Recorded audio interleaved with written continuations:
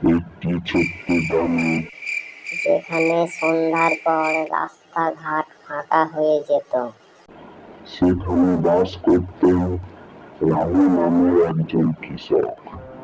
রাহুল ছিলেন পরিশ্রমী ও সৎ ব্যক্তি, কিন্তু তিনি ভূতকে বিশ্বাস করতেন না।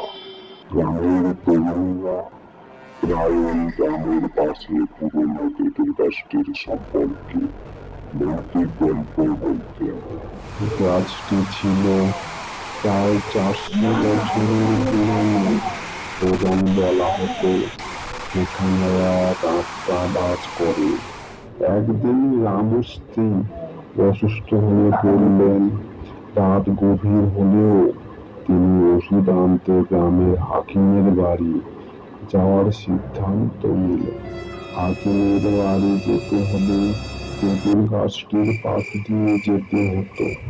গ্রামের লোকেরা তাকে সাবধান করল, কিন্তু রামু তাদের কথা উপেক্ষা করে রওনা হলেন। গাছটির কাছে পৌঁছে রামু হঠাৎ শীতল বাতাসের ঝাপটা অনুভব করলেন। চারপাশে নিস্তব্ধতা, শুধু পাতার মনমন শব্দ। হঠাৎ গাছের ডাল থেকে একটি সাদা ছায়া নেমে এলো। রামু ভয় পেয়ে গেল, কিন্তু সাহস করে জিজ্ঞাসা করলেন, কে তুমি? ছায়াটি ধীরে ধীরে স্পষ্ট হয়ে উঠল। একজন বৃদ্ধা, চোখে প্রমাণের ইচ্ছা। তিনি বললেন, আচ্ছা, আমি এই গাছের আত্মা।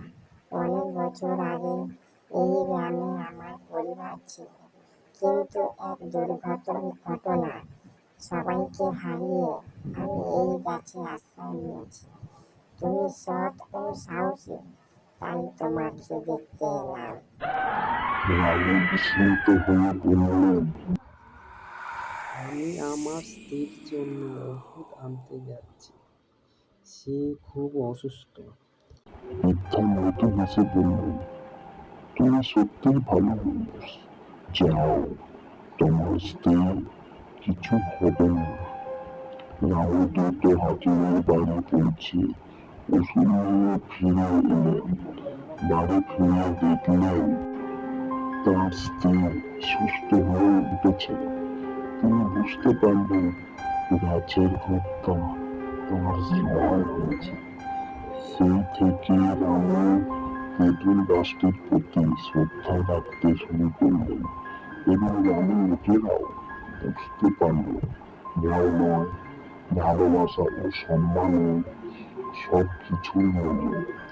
এই ঘটনার পর থেকে গ্রামে আর কেউ তেঁতুল গাছটিকে ভয় পেত না, বরং তারা বুঝতে পারল প্রতিটি জিনিসের পিছনে একটি গল্প থাকে, যা আমাদের মানবিকতা ও সহানুভূতির শিক্ষা দেয়।